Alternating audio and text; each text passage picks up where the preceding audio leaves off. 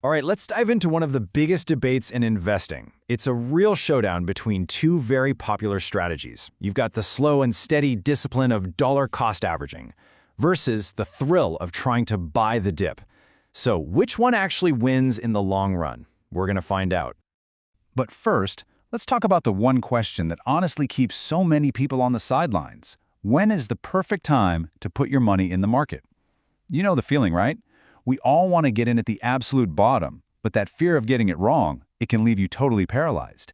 And that paralysis is exactly what these two strategies are trying to solve.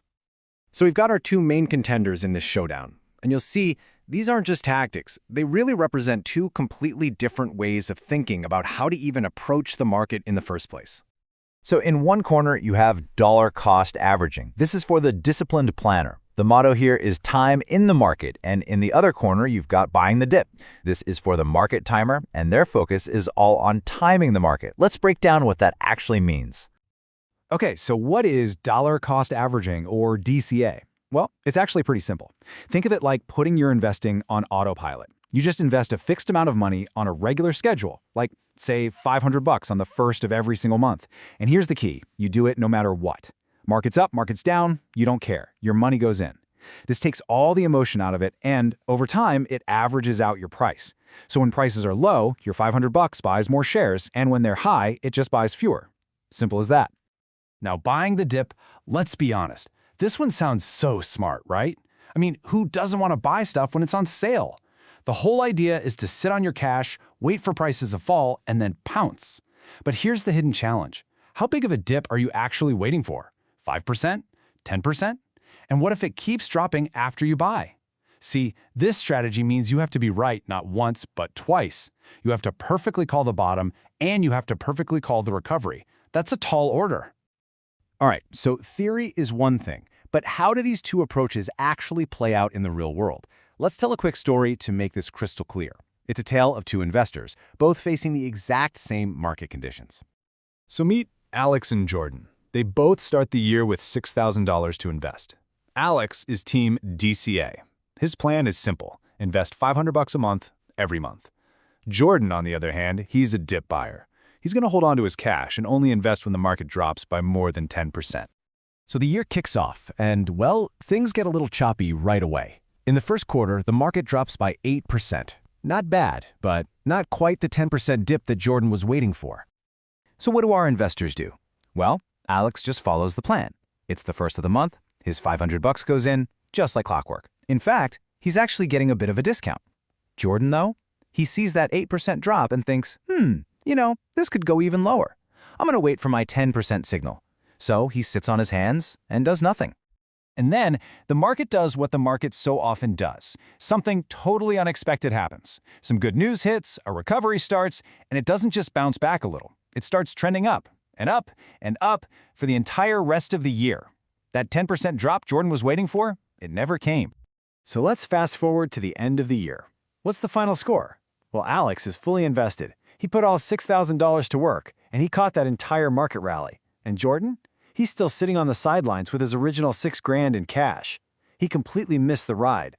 His hunt for the perfect moment cost him any chance at gains. Okay, so that's a nice little story, but you might be thinking, what about the real world? What does the hard data say over a really long time? Lucky for us, there's a killer study from Charles Schwab that looked at exactly this over 2 whole decades. So here's the setup. The study imagined 5 different investors, and it tracked them for 20 years, from 2003 all the way to 2022. Each investor was given $2,000 at the start of every year to invest in the S&P 500.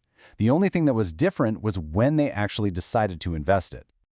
Let's meet this cast of characters. First, you've got Peter Perfect, who's basically an investing superhero with the impossible ability to time the market perfectly.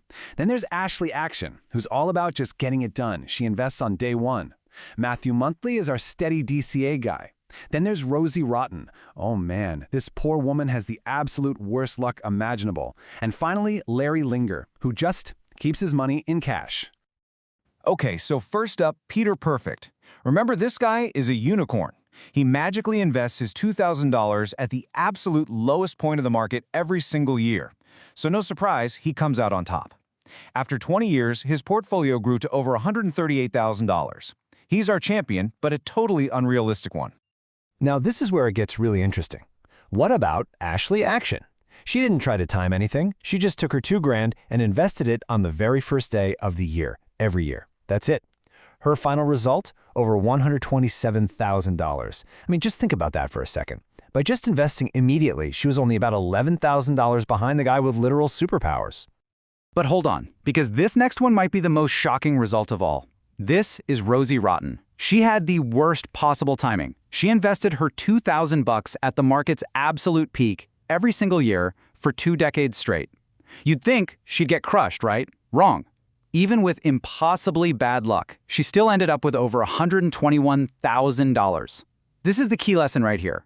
Her time in the market was way more important than her terrible timing. So, where does that leave our DCA hero, Matthew Monthly? Well, he ended up with over $124,000. As you can see right here, he came in a very respectable 3rd place. He's not that far behind the perfect timer or the day one investor, but he's comfortably ahead of our unlucky investor, Rosie. It's just proof of the incredible power of simple, boring consistency. So, what's the big takeaway from all this? At the end of the day, the data is just screaming one thing at us. The real battle you're fighting isn't with the market. It's with your own psychology. It's all about your mindset, not about timing the market. And hey, you don't have to take my word for it. The master himself, Warren Buffett, says pretty much the same thing. The smartest move isn't trying to outsmart everyone else. It's just showing up consistently and participating in the market. And this is really the secret sauce of dollar-cost averaging. It's basically a psychological hack. It removes that constant pressure to make the perfect decision. You don't have to predict the future. You just build a discipline, you avoid the anxiety of guessing, and it helps you stay calm when the markets get scary. In fact, it completely flips your mindset. When a drop comes, a DCA investor just sees it as an automatic opportunity to buy more shares on sale, instead of panicking. So ultimately, it really boils down to this. While buying the dip might sound perfect on paper, a consistent strategy that you can actually stick with is way more powerful in the real world. The best plan is the one you won't abandon when things get tough. And that leaves us with one final thought to chew on. When you think about your own approach to investing, ask yourself this. Is your strategy built to perfectly navigate the markets, or is it built to withstand the ups and downs of human nature? Because the answer to that question, well, that could make all the difference.